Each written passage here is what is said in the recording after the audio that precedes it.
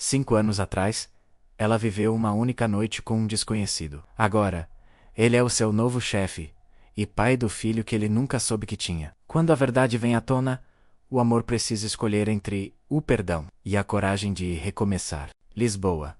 Uma noite de dezembro. Chovia fino, e a cidade parecia coberta de reflexos, das luzes dos carros, dos candeeiros, dos sonhos que ainda não tinham nome. Inês Carvalho caminhava depressa pela calçada molhada, tentando equilibrar os saltos e o guarda-chuva. Trabalhava como recepcionista temporária, num evento beneficente organizado por uma fundação privada. Não pertencia àquele mundo, e sabia, mas precisava do trabalho. O salão era amplo, dourado, cheio de vozes educadas e risos ensaiados. Cristais pendiam do teto como promessas antigas, e os garçons deslizavam entre os convidados com bandejas de champanhe e se mantém racé junto à entrada, observando, discretamente, a cada rosto elegante. Lembrava-se de quanto estava fora do lugar, mas havia algo na atmosfera menos, talvez a música, talvez a solidão, que lhe dava a sensação de estar prestes a cruzar uma linha invisível. Foi então que o viu um homem alto, de fato escuro, olhar firme e contido. Falava com um grupo de empresários, mas parecia alheio à conversa. O rosto sereno, o porte de quem está habituado a comandar menos. Mas os olhos, esses, traziam uma fadiga discreta, uma espécie de silêncio antigo. Diogo Monteiro. O nome ecoava nos jornais, nos negócios, em todo o país. Mas ali, naquele instante, ele parecia apenas um homem cansado da própria vida. Os olhares cruzaram-se por acaso, ou talvez por destino. Um segundo bastou, e sem saber porquê, Inês desviou o olhar, como quem teme ser lida demais. Diogo, no entanto, notou. Havia algo naquela mulher menos a simplicidade, o olhar verdadeiro, que destoava de tudo o resto. Enquanto todos riam alto demais, ela parecia ouvir uma música diferente. Mais tarde, já perto do final do evento, um problema no som fez a recepção entrar em confusão. Inês, sozinha, tentou resolver. Enquanto desconectava cabos e pedia desculpa, uma voz grave soou atrás dela. Deixe-me ajudar ver você. Era ele. O coração bateu rápido, sem aviso. Diogo Adjol-Hussey, ao lado dela, mexendo nos fios, como se o mundo inteiro tivesse desaparecido. Riram quando o sistema voltou a funcionar. Acho que devo um obrigado, disse ela, ainda trêmula. E eu, um favor, respondeu ele, com um meio sorriso. Já não consertava nada há anos. Ficaram ali, por um instante, presos ao mesmo riso, ao mesmo silêncio. A música recomeçou. Uma canção antiga, lenta, cheia de nostalgia. E naquele breve momento, algo começou, sem que nenhum deles soubesse o nome. O salão começava a esvaziar. As pessoas importantes recolhiam os casacos caros. Os risos sumiam com o som dos sapatos caros a ecoar no mármore. Mas Inês ainda estava ali, recolhendo copos, dobrando toalhas, tentando desaparecer. Quando se virou, Diogo estava parado junto à porta, o casaco sobre o braço. O olhar preso nela, achei que já tivesse ido embora. Disse ela, num tom nervoso, quase defensivo. Fui, respondeu ele, mas voltei. Inês riu, sem saber o que dizer. Costuma voltar aos lugares que quer esquecer? Só quando há algo que não devia esquecer, disse ele, com simplicidade. A resposta ficou a ecoar entre eles. A chuva lá fora caía fina, e um trovão distante fez tremer as janelas. Por um momento, parecia que Lisboa inteira respirava no mesmo ritmo que os dois. Minutos depois, já do lado de fora, ela caminhava pela calçada, tentando proteger-se do vento. De súbito, uma rajada forte quase lhe arrancou o guarda-chuva das mãos. Foi quando ele apareceu novamente. O mesmo homem, o mesmo olhar calmo. Agora, com o cabelo molhado pela chuva, está a chover demasiado. Disse ele, posso levá-la? Inês hesitou. Podia recusar. Devia recusar. Mas havia algo na voz dele, uma gentileza contida, que não soava como um convite. Soava como uma oportunidade de respirar. Entrou no carro. O silêncio entre eles era denso, quase musical. As luzes da cidade reflexavam-se no vidro molhado, sombras, promessas, lembranças que ainda não existiam. Como se chama? Perguntou ele, finalmente. Ela sorriu. Inês, Inês, repetiu ele, como se testasse o som. Bonito. E o seu? Ele demorou a responder. Diogo. Inês virou o rosto para a janela. Mas o nome ficou preso na mente, como uma nota de piano que insiste em soar depois que a música termina. Chegaram à porta de casa. A chuva não dava trégua. Ela agradeceu, mas hesitou, antes de sair. Talvez quisesse dizer algo. Talvez temesse Desclou. Diogo Olua. Aquele olhar sereno e profundo, que parece atravessar as defesas. E sem planejar, sem sequer pensar, ele inclinou-se e encostou os lábios nos dela. Foi um beijo leve, breve, quase um pedido de desculpa, mas foi o suficiente para que o mundo mudasse. Quando se afastaram, ficaram em silêncio, ofegantes, confusos, assustados com a própria coragem. Não devia ter acontecido, murmurou ela. Não? Respondeu ele, mas aconteceu. E, por um instante, ambos entenderam que não haveria volta atrás. O relógio marcava quase 3 da manhã, quando a chuva finalmente começou a cessar. As ruas de Lisboa estavam vazias, como se a cidade adormecesse sob o peso do segredo que os dois acabavam de criar, no pequeno apartamento de Inês. A luz suave da sala deixava sombras dançando nas paredes. Eles ficaram ali, frente a frente, em silêncio. Não havia planos, nem promessas, nem perguntas. Apenas duas solidões que, por algumas horas, tinham encontrado refúgio uma na outra. Ela observava Diogo enquanto ele, de pé junto à janela, olhava o tejo distante. O seu perfil era calmo, quase triste, como o de alguém que carrega mais memórias do que o corpo permite. Não sei o que isto significa, murmurou Inês, a voz embargada. Diogo voltou-se, e o olhar dele era sincero, desarmado. Talvez não precise significar nada agora. As palavras pairaram no ar. Oh simples, tão cruéis. Ele deu um passo à frente, passou os dedos pelo cabelo dela, e depois afastou-se. Obrigado. Obrigado, disse apenas. Baixo, quase como uma prece.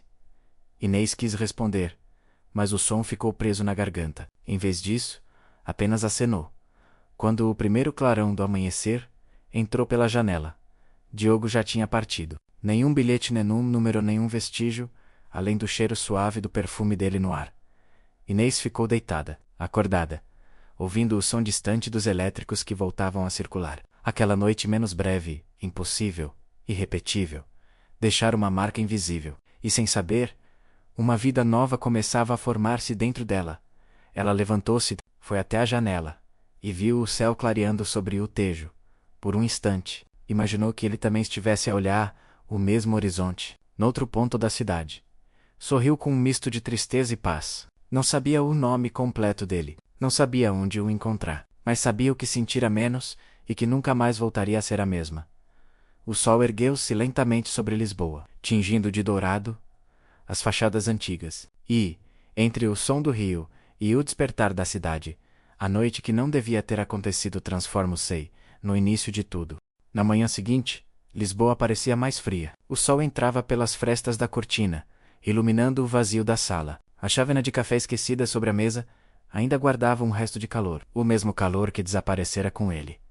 Inês passou o dia em silêncio. Trabalhou como se nada tivesse acontecido, sorrindo às pessoas certas, cumprindo tarefas mecânicas. Mas por dentro, tudo nela ardia num silêncio que ninguém podia ouvir. Nos dias seguintes, procurou o nome Diogo em todos os sítios possíveis. Redes sociais, jornais, sites da Fundação Menos Nada. Era como se o homem daquela noite fosse uma invenção da sua própria solidão.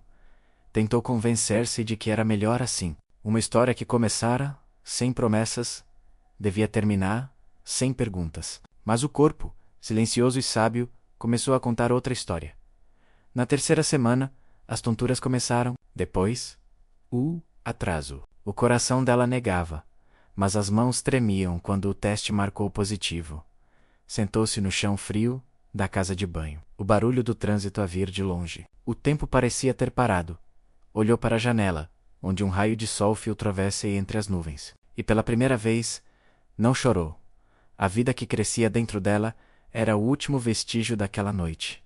E, ao mesmo tempo, o novo um amor diferente, está bem, sussurrou, pousando a mão sobre o ventre. Vamos ficar bem. A voz saiu trêmula, mas havia uma força nova ali, uma serenidade que não conhecia. Nos dias que se seguiram, tudo mudou. As pequenas coisas, o cheiro do café, o som do elétrico, o vento vindo do tejo, pareciam agora ter outro significado. Ela caminhava por Lisboa com passos mais lentos, como quem carrega um segredo sagrado. No trabalho, ninguém suspeitava. Guardou o silêncio como um escudo, evitando perguntas, evitando sonhos. Mas à noite, quando o mundo adormecia, falava baixinho com o pequeno ser que crescia dentro dela. Contava histórias simples. Falava de chuva e de luz, de amor e de coragem. Nunca mencionava o nome dele, mas às vezes, no meio da escuridão, imaginava como seria se aquele homem visse o que tinham criado juntos, não por desejo, mas por destino, e sempre terminava com a mesma promessa, mesmo que ele nunca saiba. Tu vais saber o que é ser amado. Os meses seguintes foram um exercício de resistência. Inês aprendeu que a solidão tem muitas formas.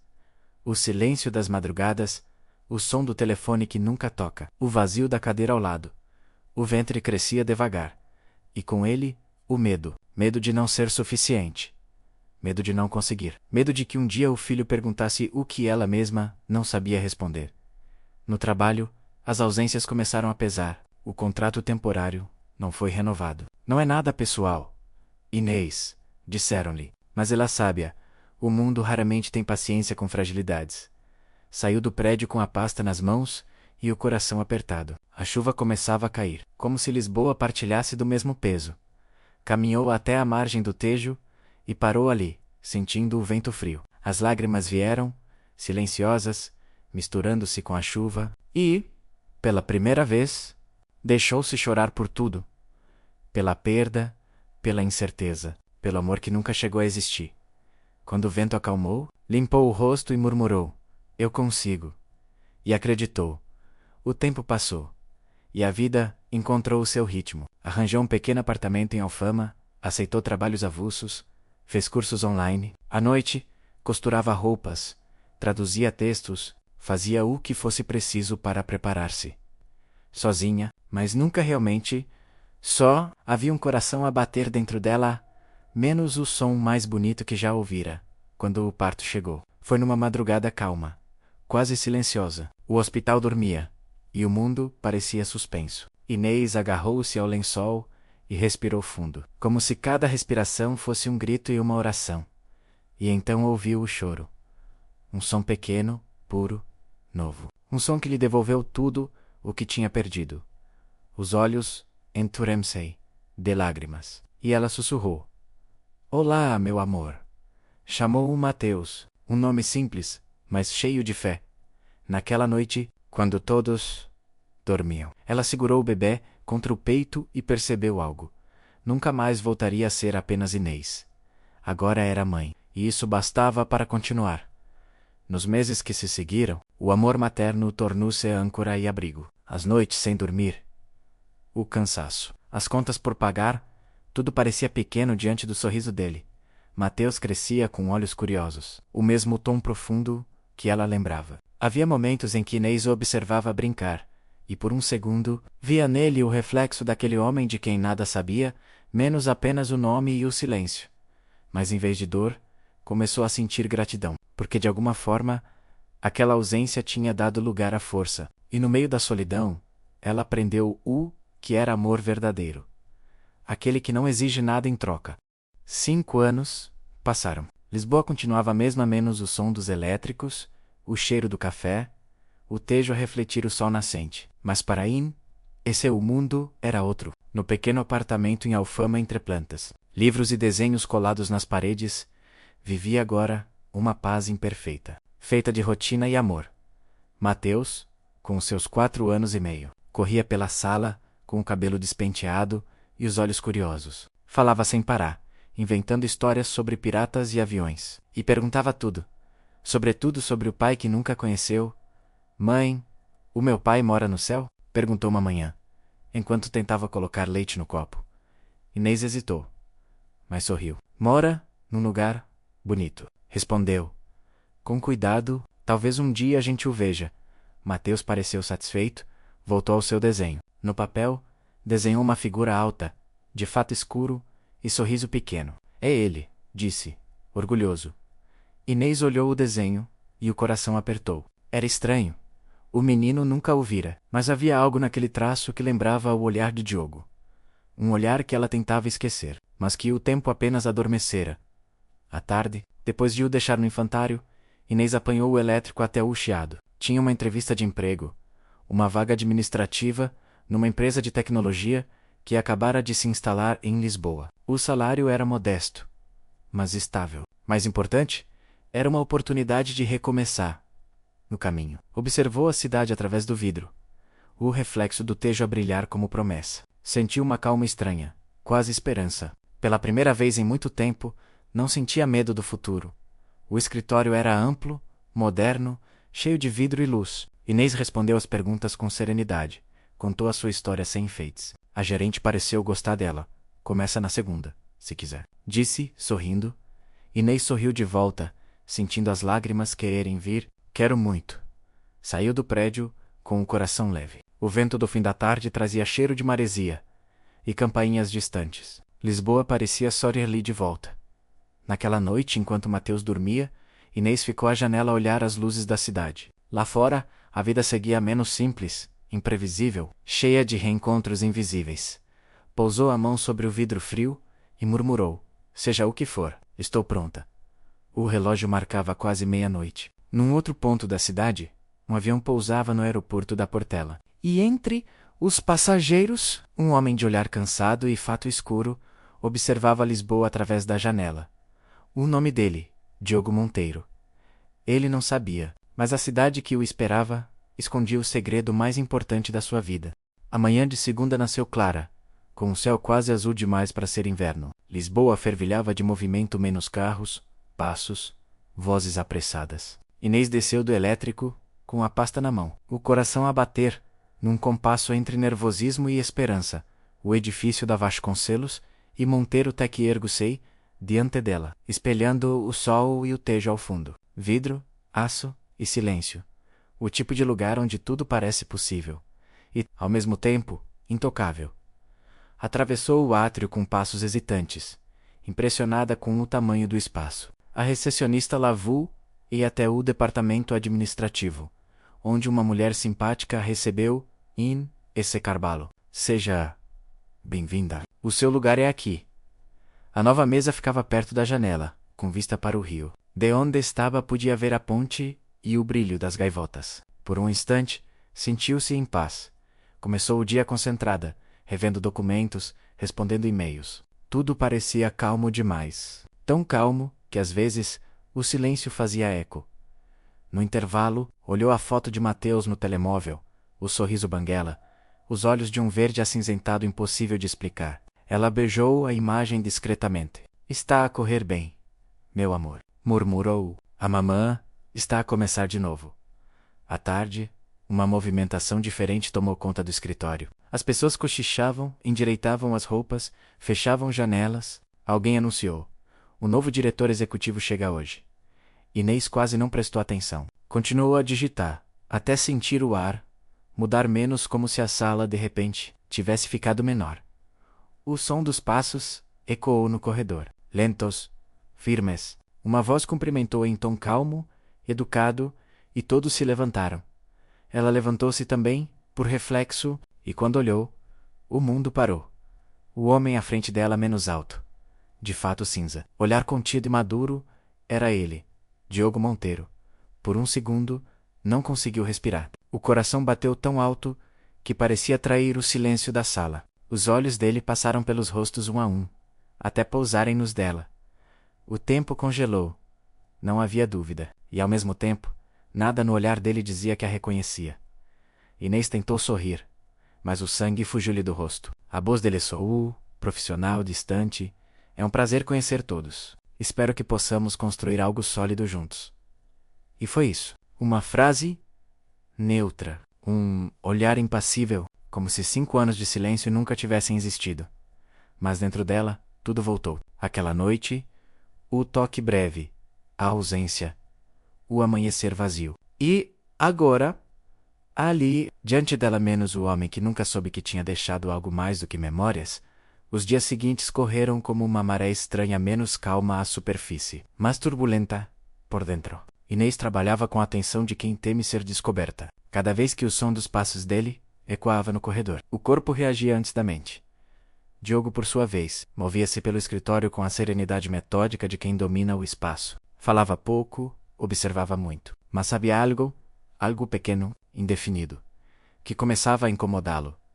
De vez em quando, durante reuniões, o olhar dele cruzava o de Inês, e por um instante, parecia lembrar-se de algo que não conseguia nomear. Um perfume. Uma risada breve. Um reflexo de luz que o levava de volta a uma noite distante, onde a chuva batia nas janelas, e uma voz suave dizia o seu nome pela primeira vez.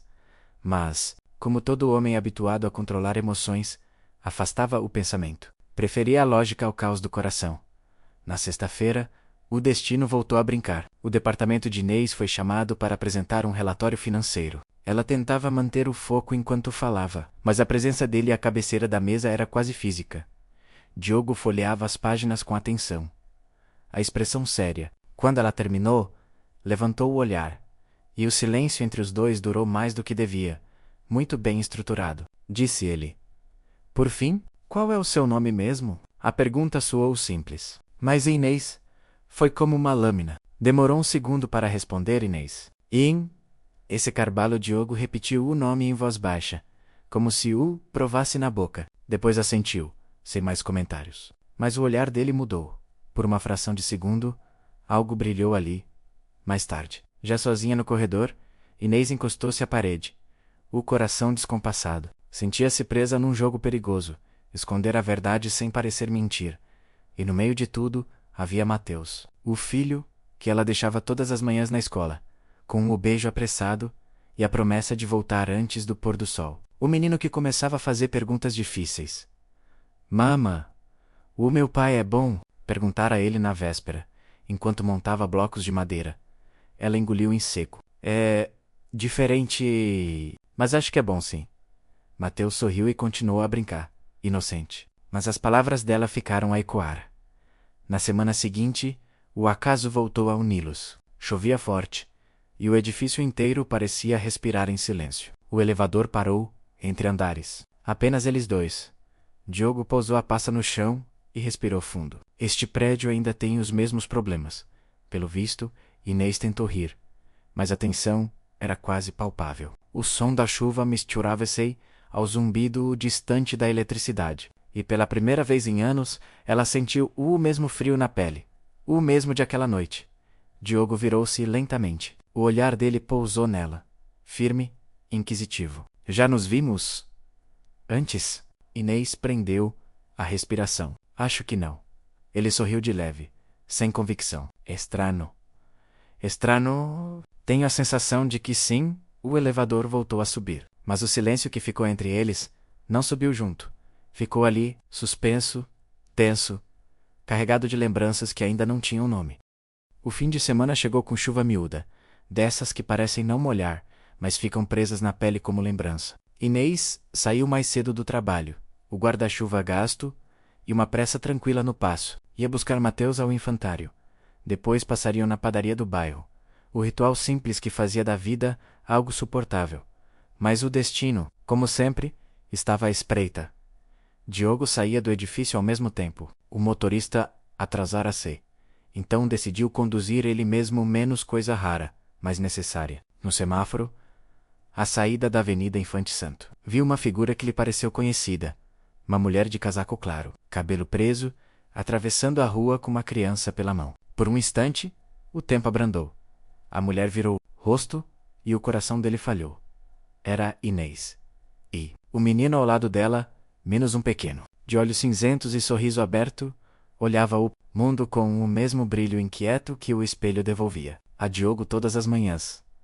Ele não percebeu que o sinal ficara verde. Ficou ali, imóvel, a observar. O carro atrás apitou, mas ele não se moveu. Inês, do outro lado da rua, sentiu o olhar. Por instinto, virou-se e o reconheceu. O carro preto parado. A silhueta inconfundível ao volante. O peito dela apertou-se, mas disfarçou. Puxando Mateus pela mão, vamos, amor, disse, forçando um sorriso. Está quase a chover. O menino olhou para trás, curioso. Mãe, aquele senhor está a olhar para a gente. Deve estar a pensar noutra coisa, filho, respondeu, tentando não tremer. Entraram na padaria, e o sino da porta soou como um fecho de cena.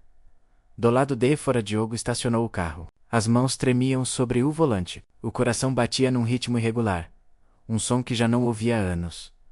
Abriu a porta, deu 2 passos, mas parou. Olhou para o interior do café.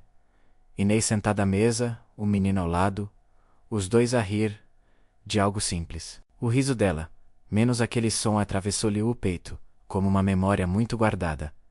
E o menino, aquele olhar, aquela forma de apoiar o queixo na mão. Era impossível não reconhecer. Diogo recuou, encostando-se ao carro. O ar pesava. Não sabia o que sentir. Surpresa, culpa, medo, tudo misturado numa dor antiga, quase esquecida. Pegou o telemóvel, olhou para o reflexo do vidro e murmurou para si mesmo. Não pode ser. Mas sabia, no fundo, que era.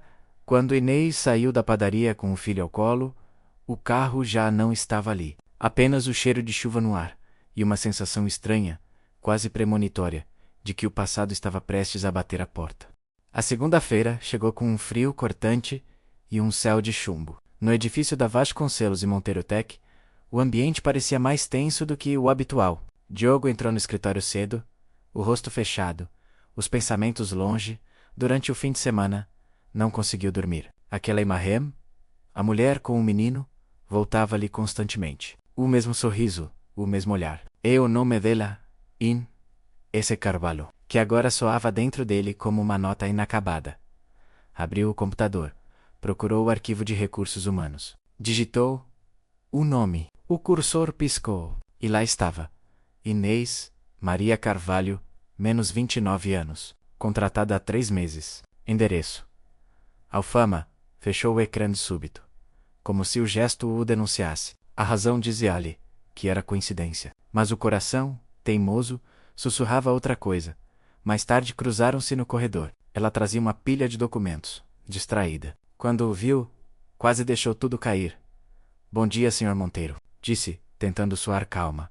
Bom dia, Inês, respondeu ele, sem se mover. Posso falar consigo? Um instante? O coração dela disparou. Seguiu-o até ao gabinete. O espaço era amplo, silencioso, dominado por uma parede de vidro que mostrava Lisboa lá embaixo. Cinzenta e fria. Diogo manteve-se de pé, de costas para ela. Olhando o tejo, lembrei-me de si este fim de semana. Inês engoliu em seco. Sim, sim. Via na rua, disse ele, virando-se devagar. Com uma criança. O mundo parou. Ela não respondeu. É seu filho? Perguntou, a voz neutra. Mas os olhos inquietos. Inês respirou fundo, procurando uma resposta que não soasse como culpa. É, disse, por fim. É o meu filho. Diogo assentiu lentamente. Bonito menino. O silêncio que se seguiu era quase insuportável. Ela esperava uma acusação, uma pergunta, qualquer coisa, mas ele apenas voltou o olhar para o vidro. Sabe, às vezes a vida dá voltas estranhas, murmurou. Pessoas que achamos que nunca mais veremos, reaparecem quando já não sabemos quem somos. Inês apertou os dedos. Talvez seja só coincidência. Ele olhou-a de novo, fixamente. Talvez. Mas no olhar dele havia algo novo, um reconhecimento contido, uma suspeita que o tempo começava a confirmar. Nos dias seguintes, a tensão transformou-se em rotina. Diogo já não era o mesmo homem que entrara no escritório com passos tranquilos. Agora, cada movimento dele era medido. Cada olhar parecia procurar algo, ou alguém. Chamava Inês para pequenas tarefas que não exigiam a presença dela, mas pareciam apenas um pretexto. Preciso de rever este relatório pessoalmente. Traga-me as contas do trimestre. Pode deixar aqui, no meu gabinete. E ela obedecia, tentando disfarçar o desconforto. Sabia que ele desconfiava. Sentia-o no ar, como se cada palavra pudesse denunciar o segredo que guardava há 5 anos. Numa tarde cinzenta, uma reunião inesperada juntou todos os chefes de departamento. Diogo falava com clareza, mas parecia assente. O olhar dele, vez ou outra, desviava-se para Inês, não com dureza, mas com uma inquietação silenciosa. Depois da reunião, ficou sozinho no escritório. Abriu o portátil e procurou outra vez. O nome do menino, Mateus Carvalho. Nenhum resultado, nenhum registro público, mas o nome soube-lhe familiar. Passou as mãos pelo rosto, exausto. Era absurdo, pensava, mas o rosto do menino não o deixava em paz. Aqueles olhos, iguais aos seus. A noite caiu, e as luzes da cidade refletiam-se no vidro. Na penumbra do gabinete, Diogo sussurrou para si mesmo. Se for verdade, mas a frase morreu ali, engolida pelo som distante da chuva. No dia seguinte, Inês chegou mais cedo. Precisava de ar, precisava sentir-se invisível, mas a invisibilidade já não era possível. Quando entrou no corredor, ouviu passos atrás de si. Inês virou-se. Era ele, precisamos conversar. O tom dele não era de autoridade, mas de quem procura uma resposta há muito tempo. Entraram na sala de reuniões vazia. Diogo ficou de pé, nervoso, as mãos nos bolsos. Desculpe se pareço insistente, mas há algo em si que, hesitou, menos me é familiar demais. Ela manteve o silêncio. O seu filho. Quantos anos tem? Perguntou ele, por fim. Inês sentiu o chão fugir. 4, respondeu, quase num sussurro. O olhar dele endureceu. 4. O silêncio tornou-se um abismo. Ele afastou-se, respirando fundo, a mente a correr por memórias que já não podia ignorar. As datas. Aquela noite. O desaparecimento. Quando voltou a olhá-la, havia nos olhos dele algo entre dor e incredulidade. Diga-me. Diga-me, murmurou. Parlo uno, duro, e? Meu filho? Inês baixou o rosto. O som do relógio enchia a sala. Diogo começou, mas a voz falhou. É meu filho? Repetiu, mais firme. Ela fechou os olhos. Uma lágrima desceu devagar. E o silêncio que veio depois foi a resposta que ele nunca quis ouvir, mas sempre soube. O tempo pareceu parar. O som do relógio, o ruído distante da chuva, o bater acelerado do coração dela, menos tudo se misturava num mesmo compasso. Denso e pesado. Diogo ficou imóvel, olhando-a como quem tenta compreender o impossível. Nos olhos dele, a surpresa deu lugar a algo mais fundo. Uma ferida antiga a abrir-se outra vez. Por quê? Murmurou. A voz soava baixa, quase sem força. Por que não me disse nada? Inês respirou fundo, mas as palavras não vinham. O rosto molhado de lágrimas, o corpo inteiro tenso, porque não sabia como. Disse, por fim, quase sem som. Não sabia se devia. Ele passou a mão pelos cabelos, exasperado. 5 anos, Inês. 5 anos a viver sem saber que tinha um filho. E o que faria se soubesse? Interrompeu ela, com a voz a tremer. Teria vindo atrás de mim? Teria deixado tudo? O silêncio dele foi resposta suficiente. Inês deu um passo à frente. Eu estava sozinha, Diogo. Não sabia o seu apelido, não sabia nada. Mas podia ter procurado, gritou ele, finalmente deixando cair o controle. E... dizer o quê? Que tive um filho de um homem que desapareceu antes do amanhecer. Que nem sei se queria saber de mim, respondeu ela, a voz quebrando-se no fim.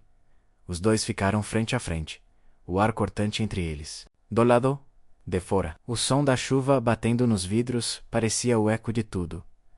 O que já não podia ser dito, Diogo deu um passo atrás, a respiração irregular. Olhou-a uma última vez, como quem precisa afastar-se. Para não desabar, preciso pensar. Disse por fim, quase num sussurro. Preciso respirar, e saiu, deixando a porta entreaberta e o perfume dele a pairar no ar. Inês ficou ali, imóvel. As lágrimas escorriam sem que tentasse contê-las. Sentou-se, pousando a cabeça sobre as mãos. A confissão que a libertava também a despedaçava. O mundo que construíra com tanto cuidado, o emprego, a estabilidade, a rotina segura, ruía em silêncio. Quando o relógio marcou 7, ela ainda estava ali, olhando o reflexo do Tejo pela janela. As luzes da cidade acendiam-se uma a uma, e o rio devolvia apenas o cinzento da noite. Do outro lado de Lisboa, Diogo conduzia sem destino. A chuva batia no para-brisas, e o som do motor misturava-se com o turbilhão dos pensamentos. Cada imagem voltava. O sorriso dela, o olhar do menino, a noite que nunca esquecera. E agora, tudo fazia sentido, menos cruel e perfeito ao mesmo tempo. Encostou o carro junto ao cais. O vento frio entrou, trazendo o cheiro do sal. Fechou os olhos e murmurou. Meu Deus, o que fiz? Por um instante desejou voltar atrás, mas o tempo, esse velho inimigo, não perdoa nem repete, ficou ali, sozinho, a olhar as águas escuras do Tejo, enquanto, noutro ponto da cidade, Inês segurava o retrato do filho e sussurrava para o vazio: um dia ele vai entender. E assim, entre dois silêncios separados pelo rio, nasceu o prelúdio de algo maior menos a queda antes da redenção. 3 dias. Foi quanto durou o silêncio. 3 dias em que o lugar de Diogo Monteiro ficou vazio, menos a cadeira no gabinete. O telefone que não tocava. Os e-mails sem resposta.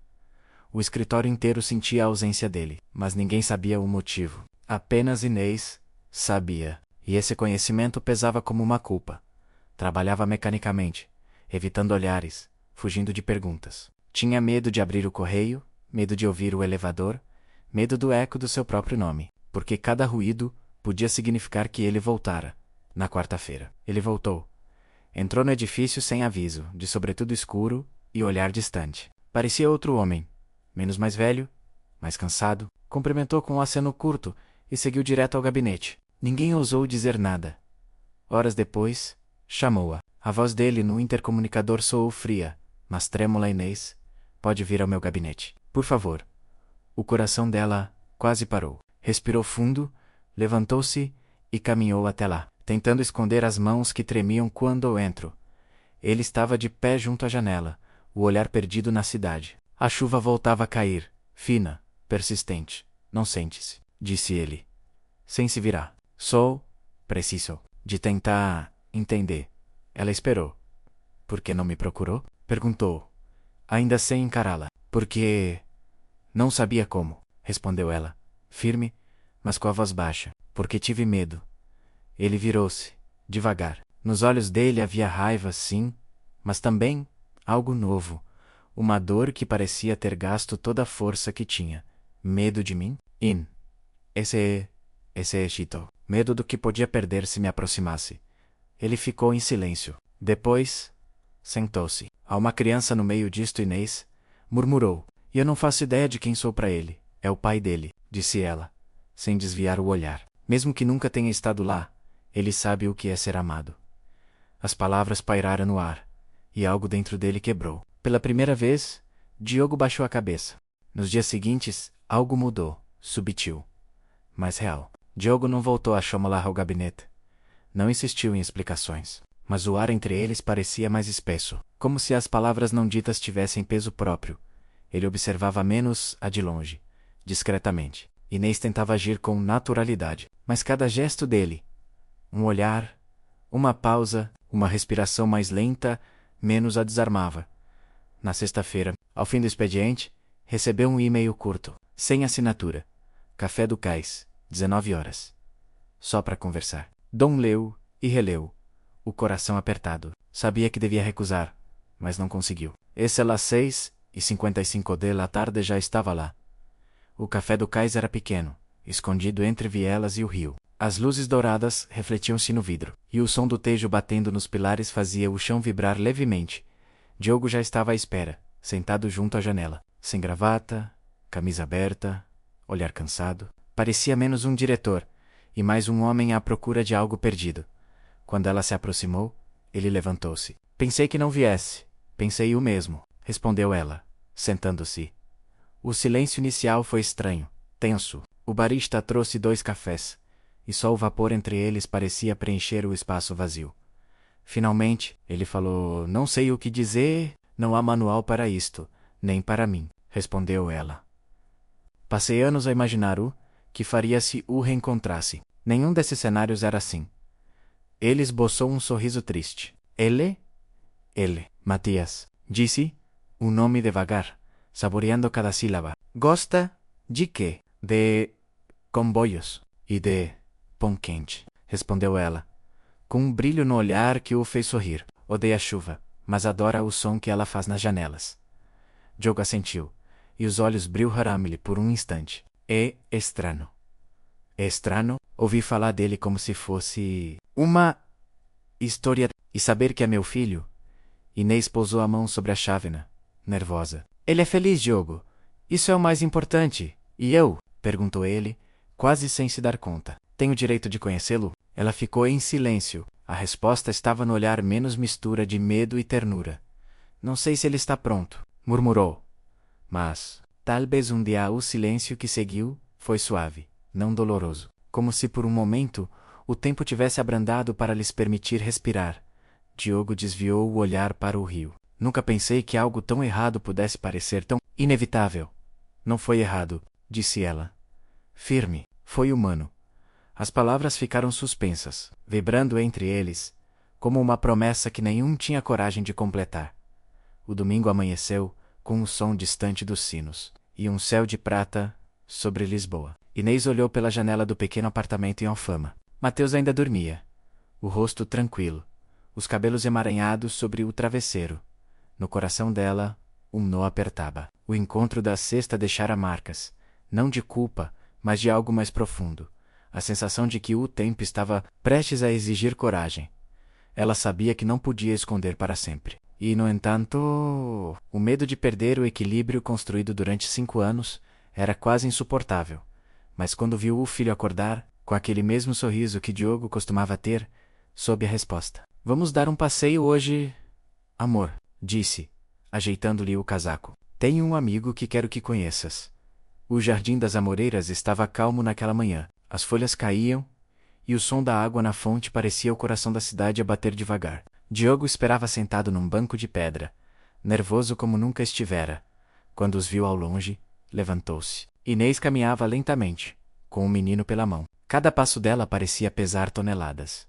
Mateus foi o primeiro a sorrir. Mãe, é o senhor do carro preto, disse, curioso. Diogo ajoelhou-se. O mundo à volta silenciou. Olá, campeão, disse, a voz rouca. O teu nome é Mateus, certo? O menino assentiu. E o senhor é quem? Diogo olhou para Inês, que fez um leve sinal de cabeça. Respirou fundo e respondeu, com o tom mais simples e verdadeiro que encontrou. Sou alguém que esperou muito tempo para te conhecer, Mateus Sório. Sem entender o peso daquelas palavras, estendeu-lhe um desenho. Um comboio colorido com 3 janelas. Fiz isto hoje, de manhã. Gosto muito, respondeu Diogo, a voz falhando. É o mais bonito que já vi. O menino riu. Correu até a fonte do Xando Ousa Sós. Inês aproximou-se. Ele não sabe, disse. Baixinho. Eu sei, respondeu Diogo. Mas hoje foi o suficiente. Ela olhou-o. Nos olhos dele já não havia acusação, menos apenas um tipo de dor que começava a se transformar em esperança, por um instante. Ficaram ali, lado a lado, observando o menino brincar com as folhas molhadas. O sol abriu-se timidamente, e um raio de luz tocou o rosto deles. Inês respirou fundo. Talvez o tempo saiba o que faz. Diogo virou-se para ela, um meio sorriso nos lábios. Ou talvez nós é que finalmente estamos a ouvi-lo. Mateus correu de volta, rindo, e agarrou-lhes as mãos, uma em cada lado. E assim ficaram. 3 silhuetas unidas, recortadas contra o brilho do tejo à distância. O passado já não os separava. A vida finalmente começava a encontrar o seu lugar. As semanas seguintes foram feitas de silêncios cúmplices e pequenas descobertas. Diogo e Inês mantinham uma distância prudente, o suficiente para proteger o que ainda era frágil, mas não tanto que o deixasse morrer.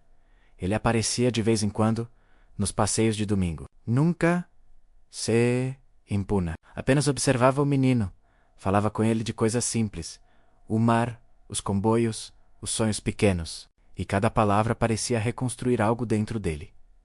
Mateus, inocente, acolheu-o com a naturalidade das crianças, que sentem quando são amadas. Chamava-o de Senhor Diogo, e às vezes, tio, sem entender porquê, mas com um carinho que desarmava qualquer defesa. Inês assistia de longe, com o coração dividido. Sabia que estava a fazer o certo, mas o medo persistia. Medo de perder o filho, medo de perder o equilíbrio, medo de si mesma. Numa tarde de sábado, enquanto o sol se punha sobre o tejo, Diogo disse, sem rodeios, ele merece saber a verdade. Inês baixou o olhar. Ainda não, Diogo. Ele é pequeno. E eu? Perguntou. Num sussurro. Tenho de continuar a fingir que sou um estranho? O vento agitou o cabelo dela, e o som das gaivotas pareceu interromper a conversa. Fingir não é o mesmo que esquecer, respondeu. Com ternura, só precisamos de tempo. Mas o tempo, como sempre, não esperaria.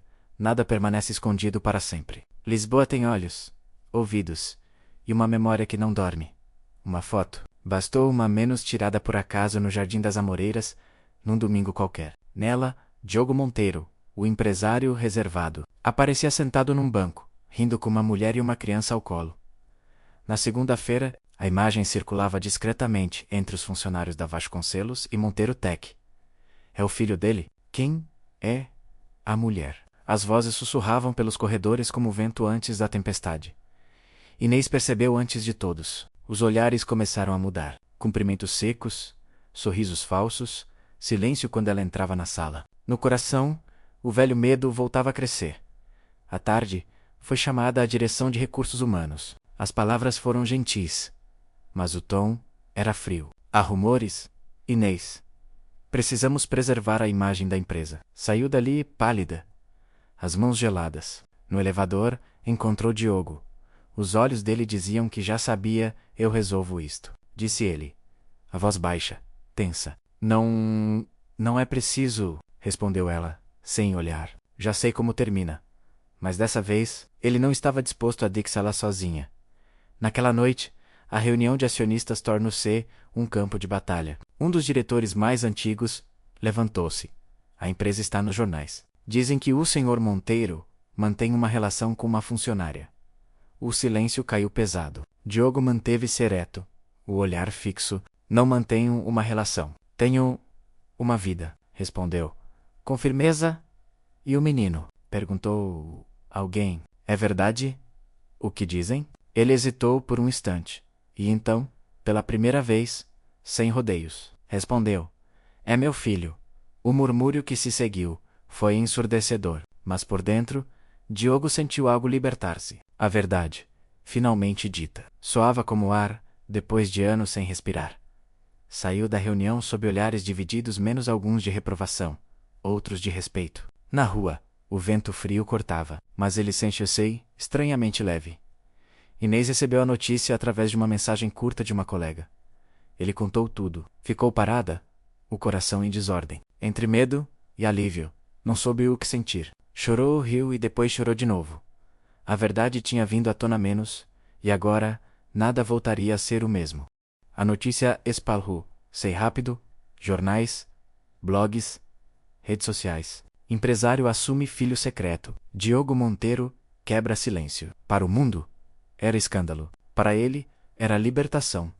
Mas para Inês, era tempestade. Nos dias seguintes, evitava sair de casa. A campainha tocava com repórteres, vizinhos curiosos, olhares de julgamento. Mateus perguntava por que não podia ir à escola, e ela apenas sorria, cansada. Até que numa tarde de chuva, ouviu batidas à porta. Abriu. E ele estava ali, encharcado, o sobretudo escuro colado ao corpo. Mas o olhar firme, decidido. Precisamos falar, disse, ofegante.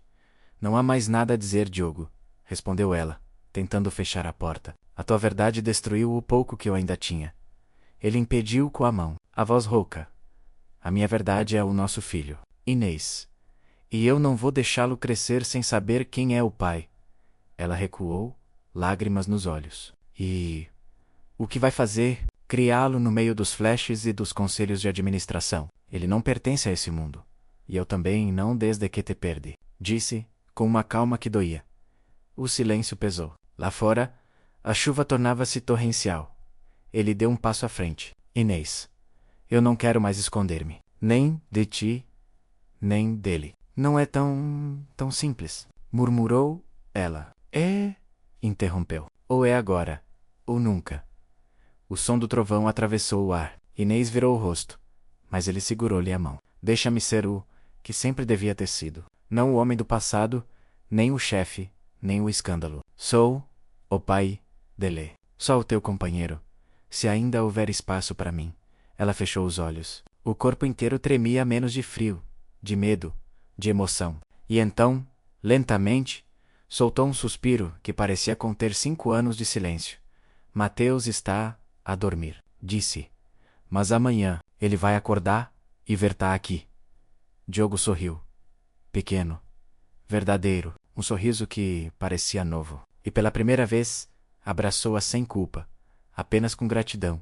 Na manhã seguinte, o sol voltou a nascer. Mateus correu até a sala, os olhos curiosos. Mãe, O senhor Diogo dormiu aqui. Inês olhou para o homem ao lado dela e respondeu com serenidade: Sim, filho. E há algo que precisa saber. Diogo ajoelhou-se, olhou o menino nos olhos, o coração quase a sair-lhe do peito. Matias, o meu nome completo é Diogo Monteiro, e eu sou o teu pai. Por um instante, o mundo pareceu suspenso. O menino olhou-o, confuso, depois sorriu. Então, quer dizer que agora tenho pai? Diogo assentiu, a voz embargada. Sim.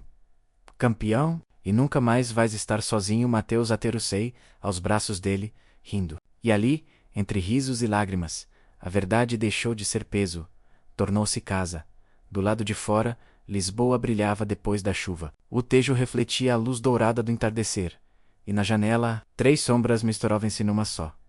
A história dele já não era de culpa, nem de silêncio. Era sobre reencontro. E o milagre discreto, de chamar alguém, pela primeira vez, pelo nome certo. A verdade libertou-os, mas também os despediu do mundo que conheciam. Na semana seguinte à confissão de Diogo, a imprensa não deu descanso. As manchetes alternavam entre escândalo e piedade. Ciu abandona silêncio por amor. Funcionária e filho ilegítimo.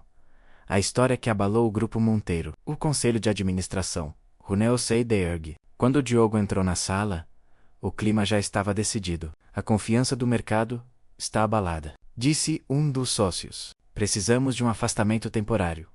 Ele não protestou. Sabia que cada palavra seria inútil. Assinou os papéis. Ergueu o olhar e apenas disse: Se defender a minha família me custa o cargo. Então o preço é justo. Saiu da empresa com passos calmos, quase serenos. A liberdade, afinal, também podia doer. Inês, entretanto, foi chamada aos recursos humanos. O discurso era o mesmo, polido, hipócrita. Precisamos preservar a imagem. Inês. O afastamento é provisório. Claro, mas ela entendeu o subtexto. Não volte. Saiu do edifício com uma caixa nas mãos, o crachá ainda pendurado. Chovia leve, e Lisboa parecia observá-la em silêncio menos cúmplice. Talvez, parou à beira da calçada, respirou fundo, e deixou que a chuva lavasse o rosto. Quando levantou o olhar, Diogo estava lá. Esperava menos a sob um guarda-chuva preto. O olhar triste, mas firme. Já sei, disse ele. Antes que ela falasse, também me tiraram o lugar. Ela sorriu, amarga. Então, somos 2 sem destino. Ele estendeu a mão. Não, somos 2 que finalmente sabem para onde ir. E naquele gesto simples, sob a chuva, nasceu o primeiro ato de coragem depois da tempestade. Os dias que se seguiram foram de silêncio, de adaptação, de aprender a respirar fora do mundo que os moldara. O apartamento de Inês, pequeno, acolhedor, tornou-se refúgio. As risadas de Mateus enchiam os corredores. E por um tempo, o barulho inocente das crianças conseguiu disfarçar o som do que ambos tinham perdido. Diogo, habituado a decidir o destino de centenas de funcionários, agora passava as manhãs a procurar trabalho, discretamente, como um homem que não queria ser reconhecido. Mas o nome Monteiro abria e fechava portas ao mesmo tempo. Todos o conheciam. Poucos queriam arriscar.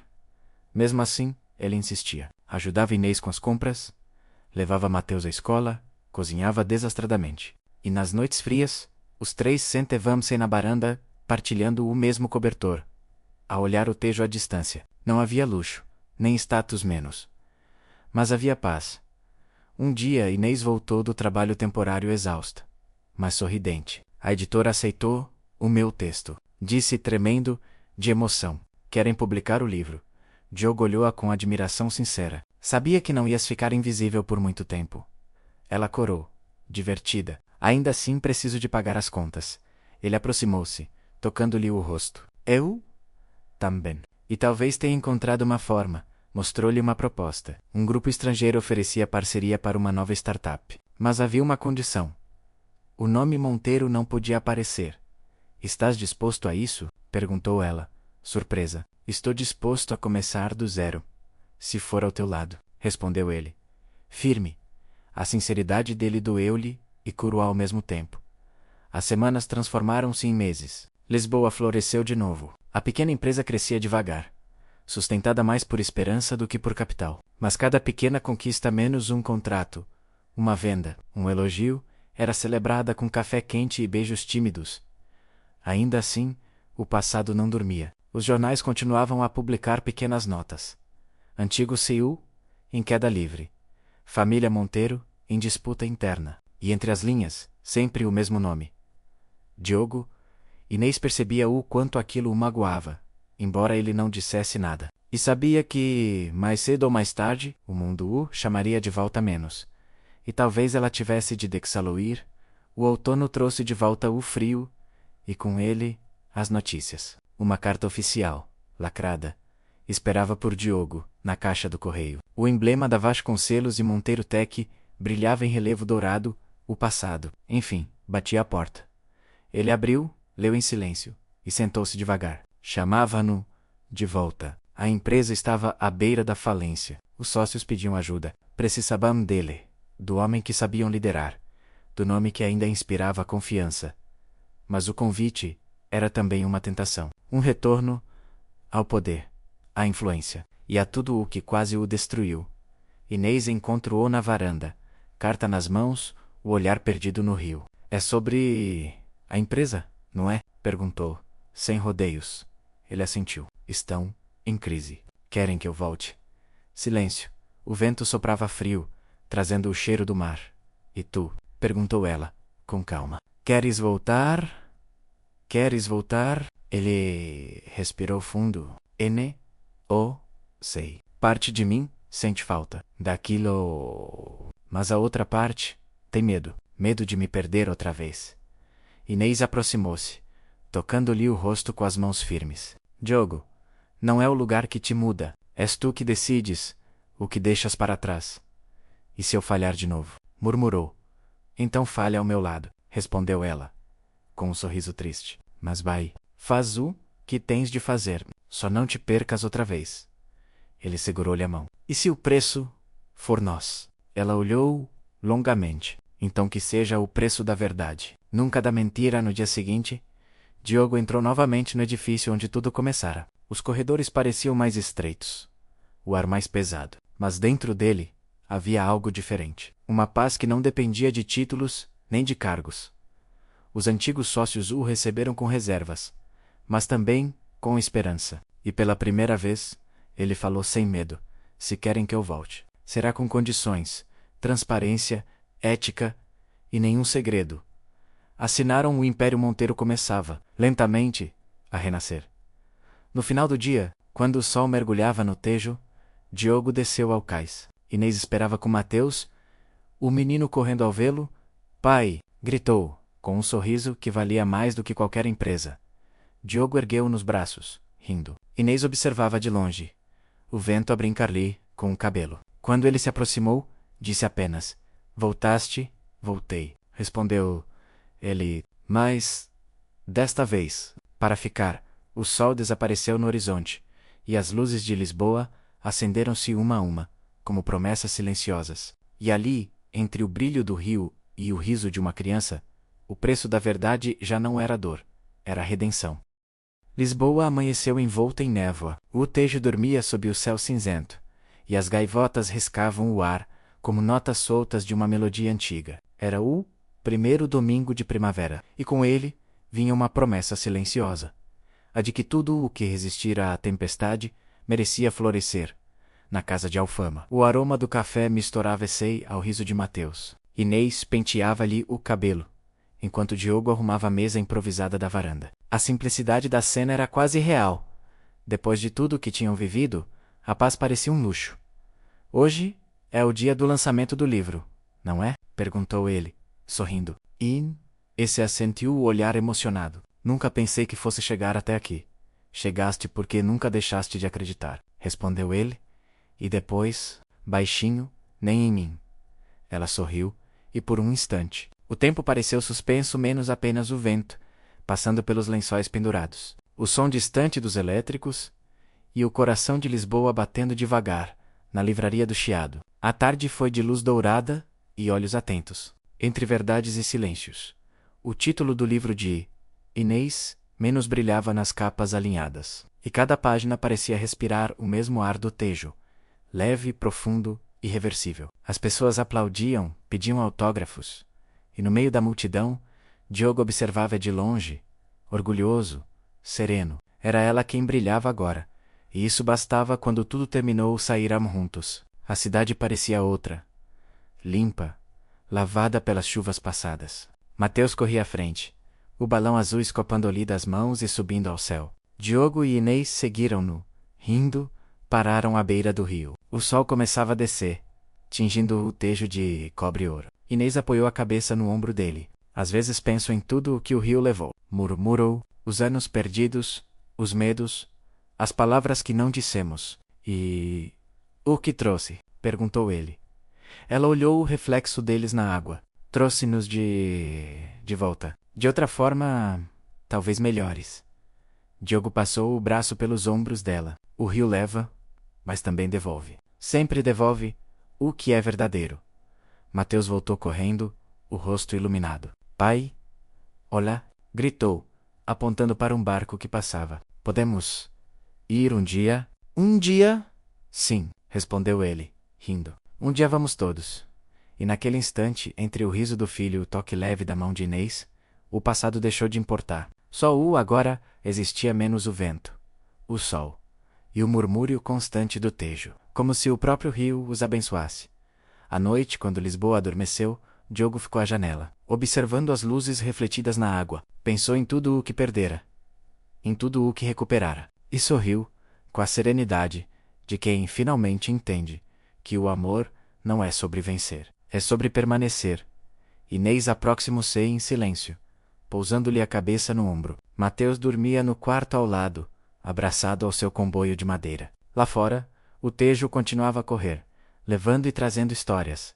Sabe o que mais gosto em Lisboa? Perguntou ela. Baixinho. O quê? Respondeu ele, ainda a olhar o rio. Que aqui, mesmo quando tudo muda, o som do Tejo é sempre o mesmo. Ele sorriu, virando-se para ela. Talvez seja por isso que te encontrei. O rio sabia o caminho.